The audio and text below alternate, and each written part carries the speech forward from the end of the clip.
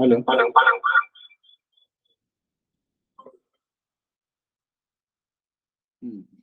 तो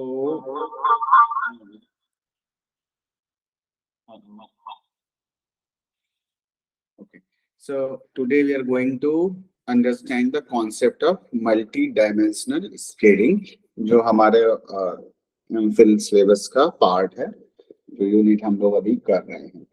तो multi dimensional scaling is a statistical technique. Definitely, everything that we are discussing is a statistical technique used for visualizing and exploring the underlying structure of data by representing the pairwise similarities or dissimilarities between object or observation in lower dimensional space.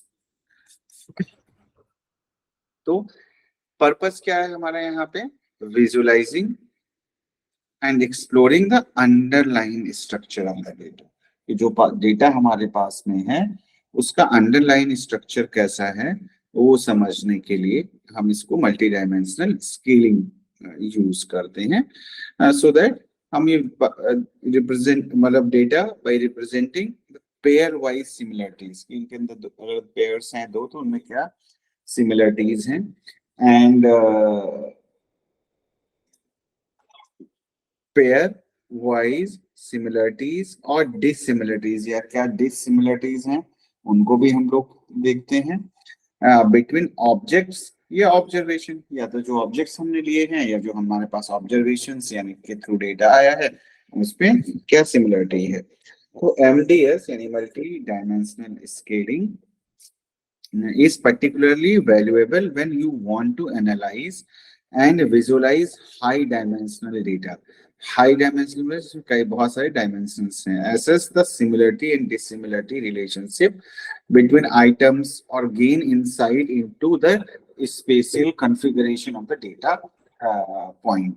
तो क्या किस तरह का relationship है, क्या similarities हैं, क्या dissimilarities हैं, है ना, बिटवीन पेयर्स। और उसकी अंडरस्टैंडिंग के लिए हम ये क्या कहते हैं, कोशिश करते हैं समझने की कि अंडरलाइन क्या रिलेशनशिप इनके अंदर है। अब सिमिलरिटी एंड डिसिमिलरिटी मैट्रिक्स। तो MDS begins with matrix. Matrix क्या होता है, किसी अगर हिंदी में बात करें तो काइंड ऑफ आप बोल सकते हैं एक कनेक्टेड चीज, जाल, या जो भी कहना वेब यू कैन से। तो MDS begins with matrix that encoded the pairwise encodes pairwise similarities, dissimilarities between set of objects and observation, and these similarities and dissimilarities can be based on metric or distance measures such as education distance, Euclidean distance correlation, or Jacquard similarity, depending on the nature of the data and the research question. So हमारा data और research questions के base पे कौन सी चीज कौन सा data हमारे लिए ज्यादा बेटर होगा वो हम यहाँ पे यूज करते हैं। कौन सी टेक्निक यूज होगी, these are the different techniques, है ना। Meet distance measure such as Euclidean distance, correlation, Jaccard similarity, ये डिफरेंट ways हैं to find out the matrix, similarities and dissimilarities. So similarity, dissimilarity matching, then configuration space. The goal of MDS is to find a lower dimensional space, usually 2 or 3 dimensional, यानी 2 या 3 dimensions की बात हम करते हैं, where the object can be represented while preserving their pairwise similarities and dissimilarities as closely as possible. The lower dimensional space is called the configuration space. तो lower dimension यानी कि जो बेसिक कनेक्टेडनेस है जिसको वो रिप्रेजेंट करते हैं pair wise, उसको जो बेसिक जिसके बेस पे हम बाकी चीजों को क्या कहते हैं डिफाइन कर सकते हैं उनकी, तो उसको हम लोग कॉन्फ़िगरेशन स्पेस बोलते हैं। Then stress function MDS minimizes a stress function, a measure of how well the pairwise relationship are preserved and the stress का मतलब यहाँ पे वो स्ट्रेस नहीं जो साइकोलॉजी में आप पढ़ते हो, स्ट्रेस का मतलब है किसी चीज को पे स्ट्रेस देना है, जोर देना कहने का मतलब है। तो MDS minimizes stress function, है ना, a measure of how well the pair wise relationship are preserved। तो जो रिलेशनशिप है वो कितना बेहतर है ना, इन द कॉन्फ़िगरेशन स्पेस जो हमने पहले किया, तो कितना बेहतर उनका रिलेशनशिप आपस में है जो डिफरेंट डायमेंशंस हम देख रहे हैं। To find the optimal configuration यानी मैक्सिमम कितना हो सकता है, and common stress functions include crucial stress 1 and stress 2। Test functions कौन कौन से हैं, इनसे कभी शायद ही कभी आपका कुछ पाला पड़ेगा, तो एग्जाम के पर्पज से आप थोड़ा सा पढ़ लो, या फिर आप आगे चल के सिर्फ रिसर्च में ही काम करते हैं तो जरूर हो सकता है कभी आपके पास आए इस तरह की चीजें, अदरवाइज उतना नहीं आते। तो types of metric type of multi dimensional scaling क्या है, metric MDS and non metric. अब मीट्रिक का मतलब मैंने बताया कि जिसको मेजर कर रहे हैं, तो this type of MDS is used when input matrix represented matrix distance. Metric MDS aims to find spatial arrangement of objects in a way that preserve the distance between them as closely as possible।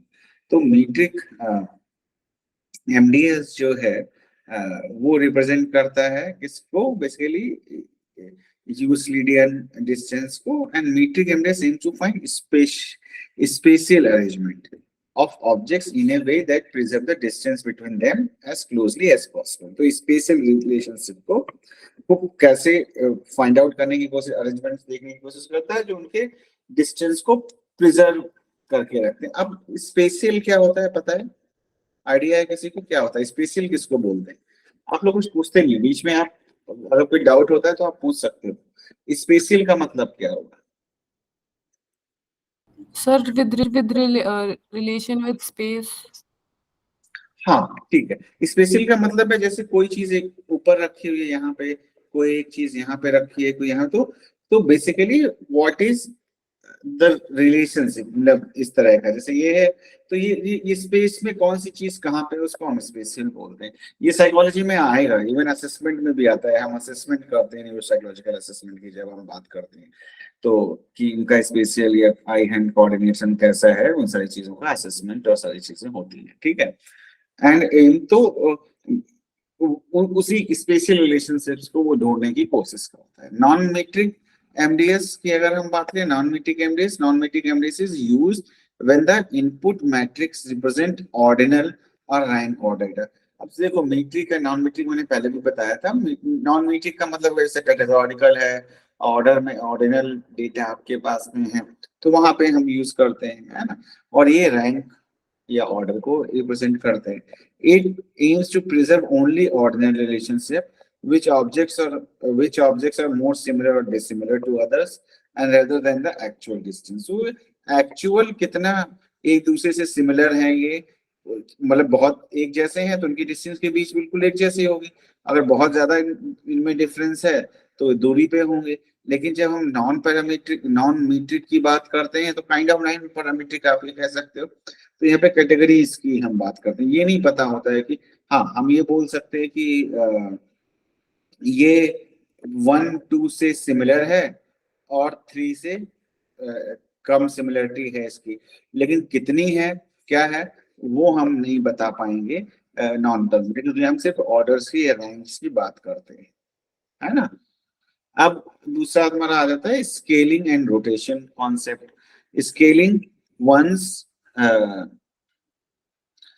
once the configuration space is determined, the position of the object in the lower dimensional space are scaled and rotated to best fit in the input and dissimilarity matrix। Scaling and rotating की scaling करना and rotation यानी कि rotate करना। तो once the configuration space is determined, configuration space हमने पहले भी बात की थी भाई क्या डिस्टेंस है एक उसके जो सिमिलरिटी डिसिमिलरिटी के बीच में, वो या सिमिलरिटी है या डिसिमिलरिटी है, दोनों ही केसेस में। तो position of the object in lower dimensional, क्योंकि लोअर डायमेंशनल में देखेंगे अंडरलाइन क्या है वो हम देखने की कोशिश करते हैं, है ना। तो and rotated to best fit, और किसको किस तरीके से हम इन सारी चीजों को बेस्ट तरीके से रख सकते हैं, है ना। तो इनको कैसे हम बेस्ट तरीके से फिट कर सकते हैं वो हम देखते हैं यहाँ पे। तो एंड देन आता है विजुअलाइजेशन का, वर्ड का मतलब ही पता है कि विजुअलाइज करना किसी। तो resulting configuration can be visualized into 2-3 dimensions using scatter plot, heat maps और other visualization techniques। अब ये स्कैटर प्लॉट और ये बताया हुआ है मैंने पहले, जहाँ पे हम डिस्क्रिप्टिव स्टैटिस्टिक्स करते हैं, नहीं है तो आप पढ़ो या सर्च करो कि किस तरह से हम जैसे बहुत सारे टेबल्स बनाते हैं, अ, हम बनाते हैं बार चार्ट्स बनाते हैं, उसी तरह से स्कैटर प्लॉट होता है। उसी तरीके से और भी क्या कहते हैं डेटा विजुअलाइजेशन की टेक्निक्स होती हैं। तो MDS plot help researchers gain insight into structure and relationship with in layer. तो अब वो बताता है कि ये चार ऑब्जेक्ट्स हैं या वेरिएबल्स हैं, इनके बीच में क्या रिलेशनशिप है, किस तरह का है, वो हमें देखने हम हमारे लिए इजी बना देता है टू अंडरस्टैंड, और यही काम होता है इसका। और यूजली जब हम रिसर्च लिखते हैं, आप देखते हो पेपर्स पढ़ते हो, तो वहां पे टेबल्स डायग्राम्स ये बने होते हैं। Then it is coming to, like we are coming to interpretation of the MDS plot involving examining the spatial position of the objects and identifying clustered patterns and traits.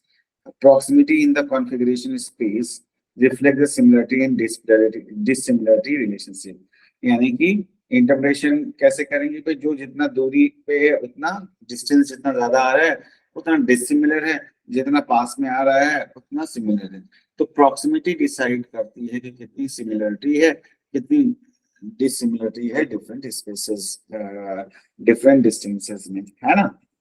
Then की concept application क्या है, application कहाँ पे होगा, वही सारी fields में, psychology, psychological skilling, marketing, biology, linguistics and among others. तो ये डिफरेंट जो जितने भी हैं साइंसेज है, स्टडी होती है, मैथड्स अलग अलग हो सकते हैं, लेकिन ये ध्यान रखो कि ज्यादातर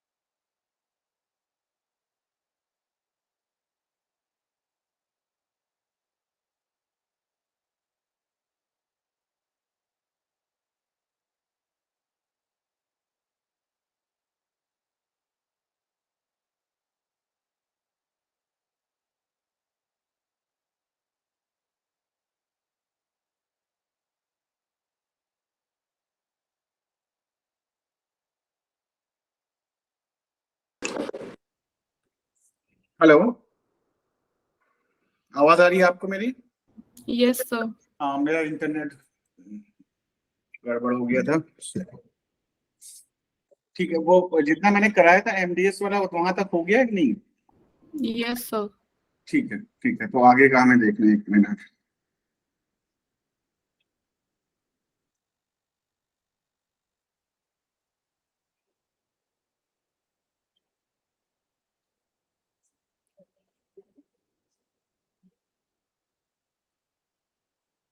तो ये हमारा हो गया।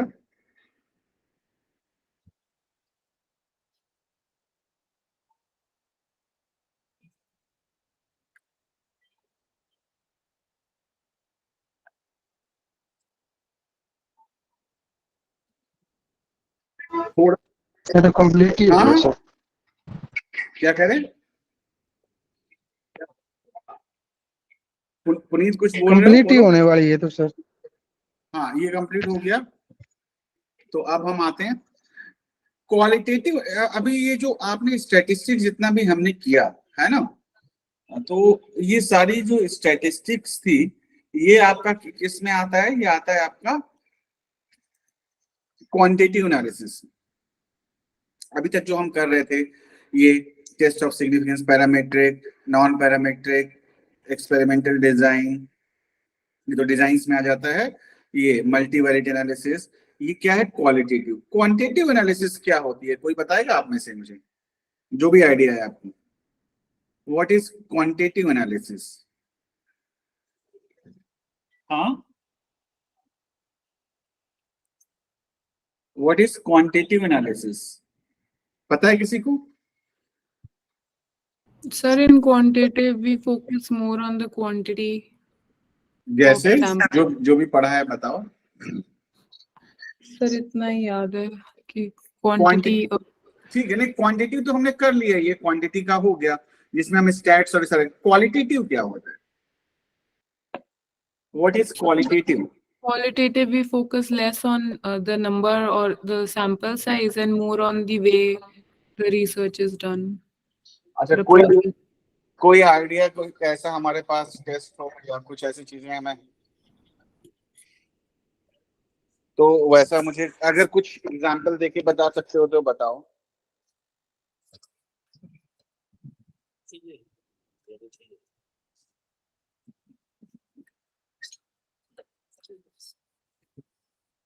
कोई एग्जांपल दे सकते हो आप? Anyone? Sir, I don't remember. Qualitative का नो मतलब, नो सर। अगर हम क्वालिटी की बात करें तो क्वालिटी का मतलब क्या हुआ?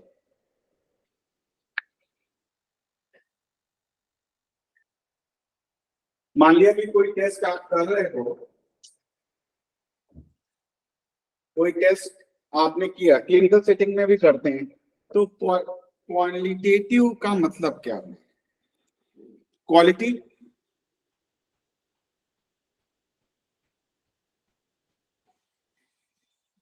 Sir, quality is used to describe हाँ, something. Very good, very good.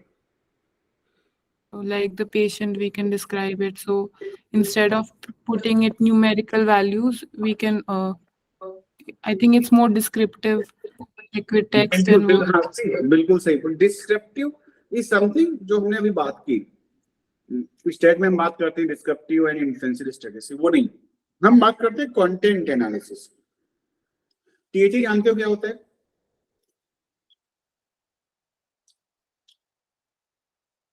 TAT, CAT, पता है? Sir, no, sir.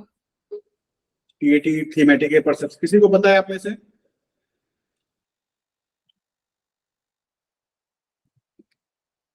बोलो। Punit, no sir. TAT CAT नहीं सुना? पुनीत, अनिल जी, अरे ड्राइव पर्सन तो कराया था मैंने, आपने पुनीत किया था, बताओ उसमें क्या था?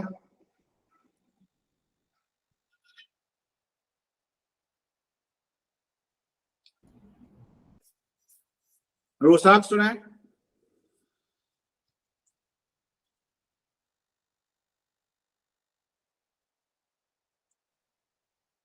कोई नहीं बोल रहा है। Sir, he is not there. नहीं अनिल, आपने तो तनिका कोई ऐसे टेस्ट कौन कौन से किए आपने एमए में? Sir, I don't remember many of the tests. चलो ठीक है, मैं बताता हूँ। तो एक टेस्ट होता है जिसको हम बोलते हैं टेट, तो उसके थ्रू हम समझेंगे कि क्वालिटेटिव एनालिसिस होती क्या है। उसे हमें आइडिया लगेगा और उसके बेस पे हम लोग समझेंगे फिर आगे कि कैसे कौन रिसर्च में हम उसको कैसे यूज करते हैं। तो पहले तो कॉन्सेप्ट समझना जरूरी है। स्क्रीन मेरी आपको विजिबल आई थिंक नहीं है, तो लेट मी, क्योंकि इंटरनेट पे मैं सर्च करके उसकी इमेजेस दिखाऊंगा, कोई और तरीका मेरे पास नहीं है फिलहाल।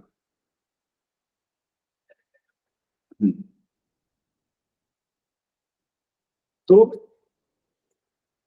टीएटी होता है एक टेस्ट जिसको हम बोलते हैं थीमेटिक एपर्चर। अभी मैं उसकी वर्कशॉप भी लेने वाला हूँ।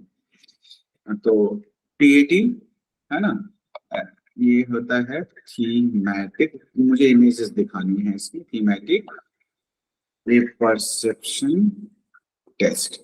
ठीक, ये अब इसमें क्या होता है, बहुत सारी पिक्चर्स होती है, इमेजेस पे जाते हैं सीधे। तो इसमें बहुत सारी पिक्चर्स होती हैं और इन पिक्चर्स पे हम अपने क्लाइंट को बोलते हैं कि आप इस पे कुछ क्या कहते हैं स्टोरी बनानी होती है। Let's take this picture, make it big. दिख रही है? Yes, sir. है ना, इसको कैसे बोलते हैं? ये दिख रही है इमेज, है ना। अब ये इसको हम थीमेटिक परसेप्शन टेस्ट बोलते हैं। इसमें बहुत सारे टेस्ट होते हैं, इंडियन भी है, बाहर के भी टेस्ट हैं। तो इसको हम यूज करते हैं अपने पेशेंट्स के साथ में। देखा अनिल जी? जी सर। हाँ सर। तो अब इसमें हम पर्सन को दिखाते हैं टीएटी के कार्ड्स। इनको हम कार्ड्स बोलते हैं, जिनमें बहुत सारी पिक्चर्स बनी। जितनी पिक्चर्स आपने देखी वो सारी टीएटी की, कोई इंडियन है कोई बाहर का है, वो अलग है।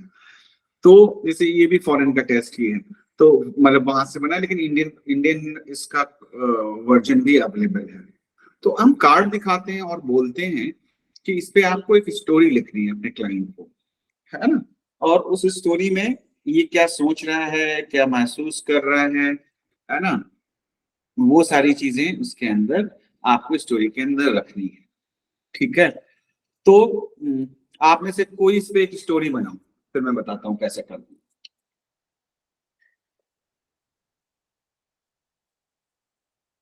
तनिका? Yes, sir. हाँ, स्टोरी बनाओ इसके ऊपर, कोई भी जो तुम्हें लगता है इसके अंदर आना चाहिए कि इस पिक्चर में क्या हो रहा है, पहले क्या हुआ था, आगे क्या होगा, इसमें जो पर्सन है वो क्या सोच रहा है, क्या महसूस कर रहा है, क्या कहते हैं, क्या कर रहा है, तीनों चीजें इसमें, मतलब फीलिंग, एक्टिंग एंड वो आ जाए। तो स्टोरी बनाओगी तो क्या बनेगी, कुछ सिंपल सी ऐसे बना के बताओ। The boy was playing the violin, but then it broke down. So now he's sad, feeling dejected and thinking how he's gonna get it fixed. ठीक है, आगे क्या होगा? आगे पता हाँ, नहीं सर। आगे maybe he's trying to gather courage to go and tell his parents that he broke his piano violin. okay, and what he is thinking, feeling, He's and feeling sad and regretful, maybe. ठीक है। पुनीत, आप hand raise कर रहे थे, बोलिए। जी sir. Sir यहाँ पर अगर बात करें, जैसे ये बच्चा है, ये वायलिन के लिए ट्राई कर रहा है, स्पेशल नीचे बुक ओपन की हुई है, ठीक है। हम इस चीज ऐसे ले सकते हैं कि इसने ट्राई किया है, ठीक है। फिर ये जो नोटबुक या पेपर है उस पर से कहीं बनाना ट्राई कर रहा है, और के थ्रू वो दोबारा इसको ट्राई करेगा आगे भी, ठीक है, ये बार बार ट्राई कर रहा है उसके लिए, तो थोड़ा फेड अप हो गया है। तो क्या होगा आगे? आई गेस दोबारा इसको यही ट्राई करना चाहिए, ठीक है, कि शायद इसने आईज क्लोज की हुई है, मैं कहूंगा कि शायद थोड़ा ये सोच रहा है कि मेरे को आगे किस तरह से करना चाहिए इसके लिए। ठीक है, ठीक है। जो की है उनको सोच के आगे करना ट्राई कर रहा है कि मेरे को नया क्या करना चाहिए। तो अब मेरा जो बताने का मतलब था कंटेंट एनालिसिस का, कंटेंट की एनालिसिस ऐसे ही होती है, जैसे स्टोरी बनाई कि एक बच्चा है इसमें, है ना, और ये आगे का क्या कहते हैं सोच रहा है, किसी ने बताया, या वायलन है जो टूट गया है और ये अपने पेरेंट्स को कैसे बताएगा, डर लग रहा है इसको। और पुनीत आपकी स्टोरी में था कि ट्राई कर रहा है, बार बार सीख नहीं पा रहा है, फेड अप हो गया है शायद, तो दोबारा से फिर ट्राई करेगा, है ना, और उसी के बारे में ये सोच रहा है ना। तो अब इस तरह के डेटा पे स्टैटिस्टिक्स तो लगा नहीं सकते आप, लगा पाओगे क्या? नहीं लगेगा। तो इस तरह के डेटा को एनालाइज करने के लिए हम कंटेंट एनालिसिस यूज करते हैं कि कंटेंट जो हमें मिला है उसको एनालाइज करेंगे, क्वालिटेटिव नॉट क्वांटिटेटिव। तो उसी को हम क्वांटिटेटिव डेटा जो आपका स्टैट्स के थ्रू आ रहा है, क्वालिटेटिव डेटा आपका वो डेटा हो गया जो क्या कहते हैं इस जो कंटेंट के तौर पे आपके आ रहा है। अब इस स्टोरी को, बड़ा इंटरेस्टिंग टेस्ट है जैसे DAT, तो इस स्टोरी को आप कैसे करते हैं? इस स्टोरी को आप ऐसे एनालाइज करते हैं क्योंकि ये कार्ड 1 है, इसका इंडियन वर्जन भी आता है इसका, ये मैंने इंटरनेट से उठा लिया, खाली आपको समझाना था इस वजह से। तो अब इसके अंदर क्या होगा, इसमें ये है कि हम ये मान के चलते प्रोजेक्टिव टेस्ट है, तो कंटेंट क्या आया उसको हम एनालाइज करेंगे। तो अब जिसने भी इस स्टोरी को बनाया ये उसके बारे में बताता है, क्योंकि अब एक तो ये बताता है कंटेंट कि भाई लैंग्वेज हमने क्या यूज की, कोई बहुत ही सुंदर तरीके से डेकोरेटिव लैंग्वेज में लिखता है या बोलता है, तो इसका मतलब है उसका कंटेंट कैसा है, उसके अंदर वो जो वर्ड्स हैं उनको ऑर्गेनाइज करने की एबिलिटी है, स्टोरी को ऑर्गेनाइज करने की एबिलिटी है, ये हमें पता लगता है अगर अच्छे से स्टोरीज बनाई हुई हैं। एंड देन क्या कहते हैं कितनी लेंथ है, तो उसकी प्रोडक्टिविटी को बताता है, उसकी थीम क्या है ना, कि उसकी क्या कहते हैं जो स्टोरी दी हुई है या जो भी कंटेंट है आपके पास है उसका आगे का थीम क्या है ना। अब जैसे 2 स्टोरीज थी, दोनों की थीम अलग अलग है। एक थीम एक में अगर एक में क्या है कि जो अगर हम कई सारे एस्पेक्ट्स हैं, तो अगर हम फ्यूचर की बात करें तो एक में फ्यूचर नहीं क्लियर है, एक में ये है कि person is very like sad and is thinking कि उसको क्या करना चाहिए। So that shows the outlook toward the future, है ना। तो ये जो जिसका कंटेंट आ रहा है उस कंटेंट को हम एनालाइज करते हैं, तो इस तरीके से उसकी थीम क्या है ना, उसका क्या कहते हैं आउटकम क्या है, उसकी इंटरेक्शन क्या है चीजों का, चीजों का इंटरेक्शन। अगर इन केस ऑफ TAT अगर हम बात करते हैं तो क्या होता है कि इसमें 3 चीज होती हैं, नीड, प्रेस एंड थीमा, है ना। नीड, प्रेस, थीमा, 3 चीजें हम इसमें ऐसे। तो इसी तरीके से कंटेंट एनालिसिस, नीड, प्रेस, थीमा क्या होता है? नीड क्या है, आप क्या करना चाहते हो, तो नीड फॉर अचीवमेंट। तो दोनों स्टोरीज में अगर हम देखें नीड फॉर अचीवमेंट है कि मुझे कुछ अचीव करना है लाइफ में, बट द थिंग इज कि कहीं ना कहीं इन्वायरमेंटल प्रेशर है, उसको हम प्रेस बोलते हैं, कि भाई वो सीखना चाहता है, सीख नहीं पा रहा है, या कोई सिखाने वाला नहीं है, जो भी है, या एनवायरनमेंट से या अपने आसपास के से सपोर्ट नहीं है ना, टूट गया है, इसको कैसे बनाना, है ना। एंड देन फ्यूचर को लेके फियर भी इंडिकेट करता है कि भाई टूट गया है, अब इसको पेरेंट्स को बताएंगे, पता नहीं क्या बोलेंगे, कैसे होंगे, तो how to face them. So that is a kind of that source anxiety and fear. तो कंटेंट के एनालिसिस है ना। सेकंड स्टोरी में द पर्सन इज ट्राइंग, करना है, आंख बंद करके बैठा सोचना क्या करूं, नहीं समझ में आ रहा क्या करना है, so not able to take decision what to do, how like the person will solve the problem. So that kind of analysis is your qualitative analysis, जहाँ पे नंबर्स यूज नहीं होते हैं। और इन्हीं और अच्छा, ये जो है बहुत सारी चीजें मैंने बताई इसमें से, तो कंटेंट हम उठाते हैं, है ना। और कंटेंट के साथ कंटेंट क्या होगा, स्टोरी लिखिए भाई, होपफुल है ना, नीट कैसी है, नीट क्या है, नीट फॉर अचीवमेंट दोनों में ही है ना। एंड देन क्या फुलफिल हो रही है, एनवायरनमेंट को कैसे परसीव कर रहा है।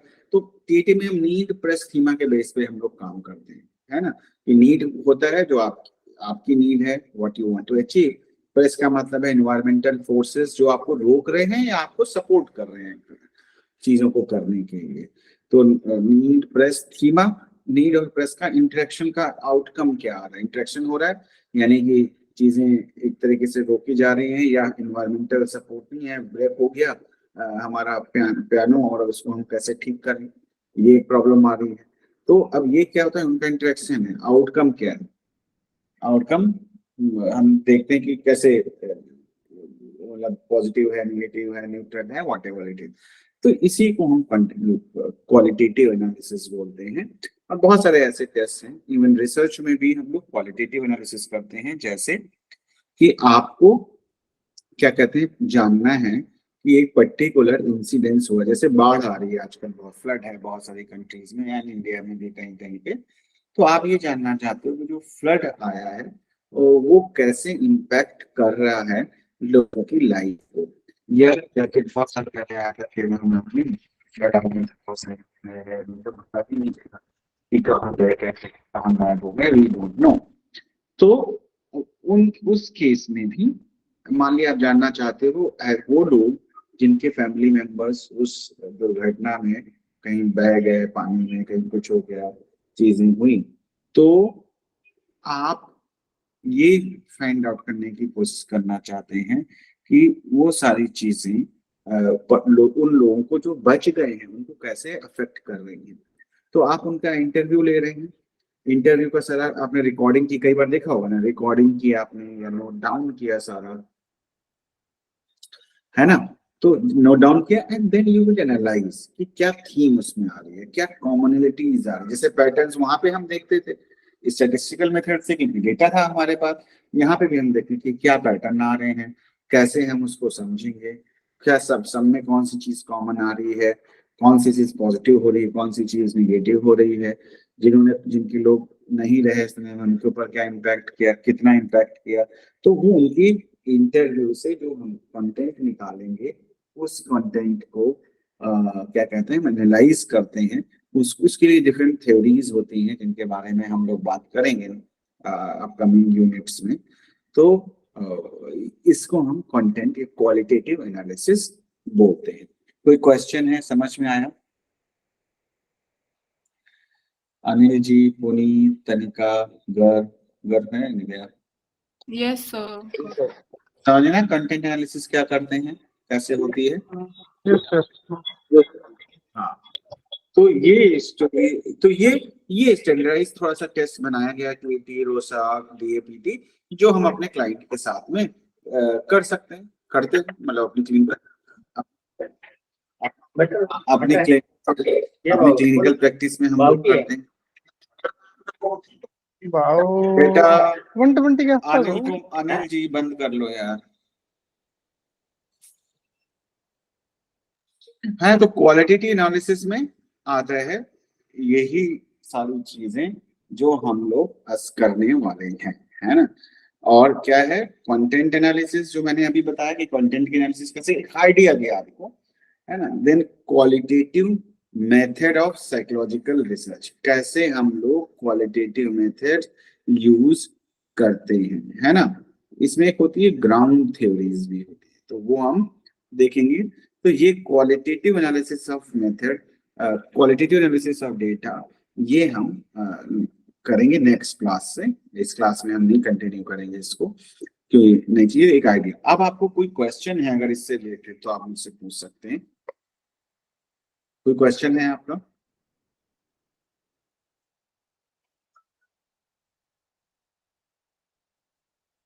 तनिका, कुछ कोई इन जनरल भी क्वेश्चन है, कोई जरूरी नहीं इसी से रिलेटेड है, रिसर्च से रिलेटेड कुछ भी। इवन मैं तो ये कह रहा हूँ कि क्लिनिकल साइकोलॉजी से रिलेटेड भी कोई क्वेश्चन हो तो आप मेरे से पूछ सकते हो। कि क्या करना है, कैसे करना है। हाँ बोलो तुम। No questions as of now. तो पुनीत कोई क्वेश्चन है? अनिल? No sir. ठीक है, तो दूसरा थोड़ा सा रिवाइज करना शुरू करो। ये जो आपका है मल्टीवेरिएट एनालिसिस और ये इम्पोर्टेंट है, क्वेश्चंस आएंगे, एक क्वेश्चन आ सकता है, तो थोड़ा सा पढ़ लो, नहीं ज्यादा कुछ करना है तो।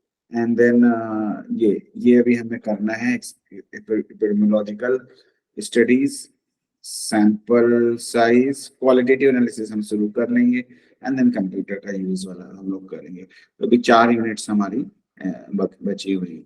तो कंटेंट एनालिसिस भी बहुत ही इंपॉर्टेंट है। बस प्रॉब्लम क्या होती है वहां पे, तो सेट पैटर्न्स हैं, है ना, गलती होने के चांसेस थोड़ा आपके कम रहते हैं। लेकिन जब कंटेंट एनालिसिस और इन सब की बात आती है तो एक्सपीरियंस मैटर्स, कि आप किसी चीज को इंटरप्रेट कैसे करते हैं। सब्जेक्टिविटी इन्वॉल्व होने के चांसेस ज्यादा हो जाते हैं, जिससे आपको आपके रिसर्च को का जो है रिजल्ट जो है वो बायस्ड होने के चांसेस होते हैं। तो इसको हम बहुत अच्छे से करेंगे। यहाँ पे थ्योरीज भी होती हैं कुछ कि कैसे करते हैं, जैसे ग्राउंड थ्योरी होती है, आई थिंक कहीं पे देखी थी आपके सिलेबस में, नहीं है? तो इसी तरह से थ्योरी होती है। तो उन थ्योरीज के बेस पे कैसे हम करेंगे, ये हम लोग बहुत डिटेल में करेंगे। और ये इंपॉर्टेंट है, ये आपको हेल्प करेगा। इवन आप इंटरव्यू लेते हैं या टेस्ट करते हैं, वहां पे भी आपको हेल्प करता है टू अंडरस्टैंड द प्रोसेस, कि कैसे करना है, क्या क्या स्टेप्स होते हैं, क्या चीजें नहीं करनी है, वो सारा आपको पता लगेगा।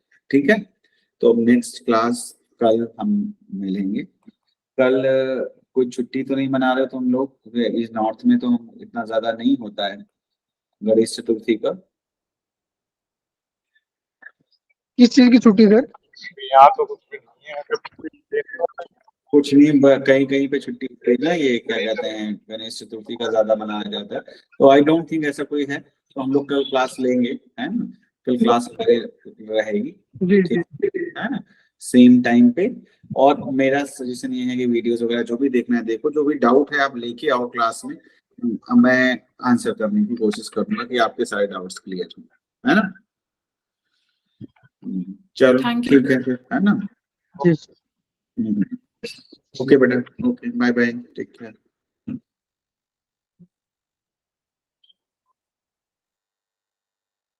Okay sir, thank you.